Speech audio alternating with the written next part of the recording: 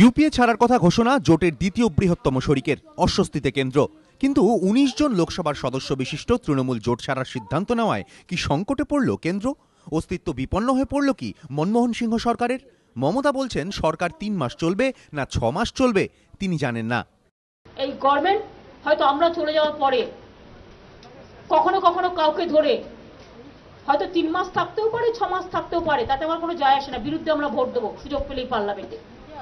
মমতার সমর্থন প্রত্যাহারের ঘোষণায় উৎফুল্ল বিজেপির দাবি ইউপিএ সরকারের পতনের কাউন্টডাউন শুরু হয়ে গেল।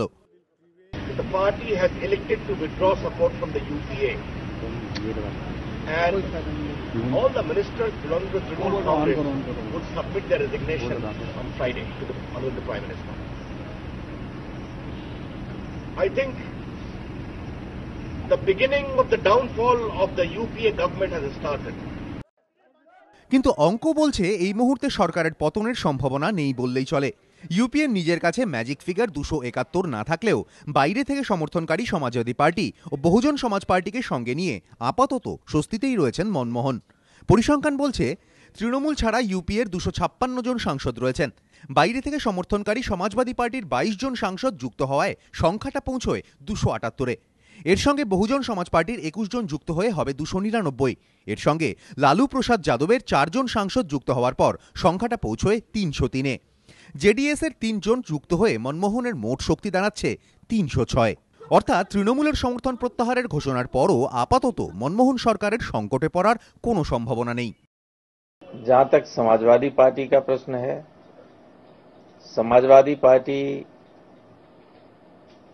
इस फैसले से प्रभावित होकर कोई निर्णय लेने नहीं जा रही है। রাজনৈতিক মহলের ব্যাখ্যা, উত্তরপ্রদেশে সদ্য বিধানসভা নির্বাচনে জিতে আসা সমাজবাদী পার্টিও অন্তর্বর্তী নির্বাচনের পক্ষে। তাই যদি সেক্ষেত্রে তারাও সমর্থন প্রত্যাহার করে নেয় তাহলেও ইউপিএর কাছে ২৮৪ জন সাংসদের সমর্থন থাকবে, যা যথেষ্ট। যদিও এরই মধ্যে ইউপিএ শরিক ডিএমকে বৃহস্পতিবারের কেন্দ্র বিরোধী বন্ধে সামিল হওয়ার কথা ঘোষণা করায় কংগ্রেসের অস্বস্তি আরও কিছুটা বাড়ল। যদিও এই ইস্যুতে শরিক এনসিপিকে পাশে পেয়েছে কংগ্রেস। ममता जी वही भूल कर रही हैं जो यूपीए 1 में वामपंथी मोर्चा ने किया था।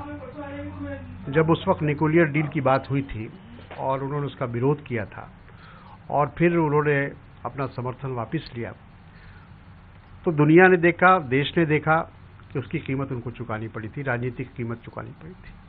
मैं समझता हूं कि जल्दबाजी में ममता जी ने भी जो निर्णय लिया है राजनीतिक एक उनकी भूल है और आने वाले समय में उसकी कीमत उनको चुकानी पड़ेगी।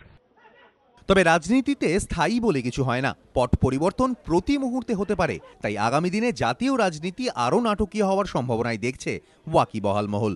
এবিপি আনন্দ।